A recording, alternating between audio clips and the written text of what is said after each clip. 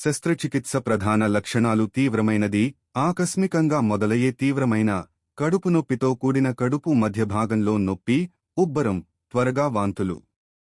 మలబద్ధకం దీర్ఘకాలిక సమస్యపై తీవ్రమైనది, నొప్పి మరియు మలబద్ధకం అనే ప్రధాన లక్షణాలతో పాటు కొద్దికాలంగా కడుపు ఉబ్బరం మరియు వాంతులు ఉండటం దీర్ఘకాలికమైనది, పెద్ద ప్రేగు అవరోధంతో పాటు కడుపు నొప్పి, సంపూర్ణ మలబద్ధకం, ఆ తర్వాత కడుపు ఉబ్బరం.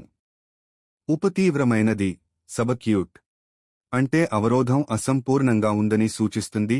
ఇతర లక్షణాలు నిర్జలీకరణం, హైపోకలేమియా, రక్తంలో పొటాషియం తక్కువగా ఉండటం, జ్వరం, పొత్తికడుపులో సున్నితత్వం. స్ట్రాంగులేషన్ యొక్క క్లినికల్ లక్షణాలు: నిరంతర నొప్పి, బిగువుతో కూడిన సున్నితత్వం, షాక్ పరీక్షలు నిలబడి తీసిన పొత్తికడుపు ఎక్స్రే అనేక గాలిద్రవ స్థాయిలను చూపిస్తుంది.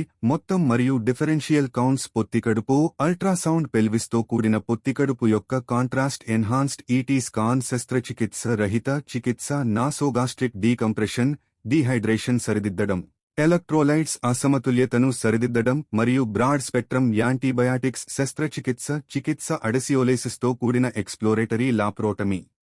పనికిరాని ప్రేగును తొలగించడం లేదా అడ్డుగా ఉన్న కణితిని నిర్మూలించడం. టైఫాయిడ్ పెర్ఫోరేషన్, ఇది సాల్మొనెల్లా టైఫై వలన కలుగుతుంది. ముఖ్య లక్షణాలు: రోగి ఒక ఎండెమిక్ ప్రాంతంలో నివసిస్తున్నారు లేదా ఇటీవల సందర్శించారు. రోగి అనారోగ్యం యొక్క 2వ లేదా 3వ వారంలో వస్తారు. రోగులు అధిక జ్వరం మరియు తీవ్రమైన టాక్సిక్నెస్, రాస్ స్పాట్స్, పొత్తికడుపు నొప్పి, మెలెనా, డయేరియా, పొత్తికడుపు సున్నితత్వం మరియు గార్డింగ్తో వస్తారు.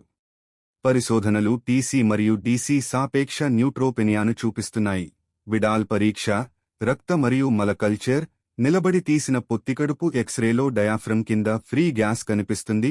ఔషధేతర చికిత్స, రోగిని ఇంటెన్సివ్ కేర్ యూనిట్లో చేర్చాలి, ద్రవాలను తీవ్రంగా ఎక్కించాలి.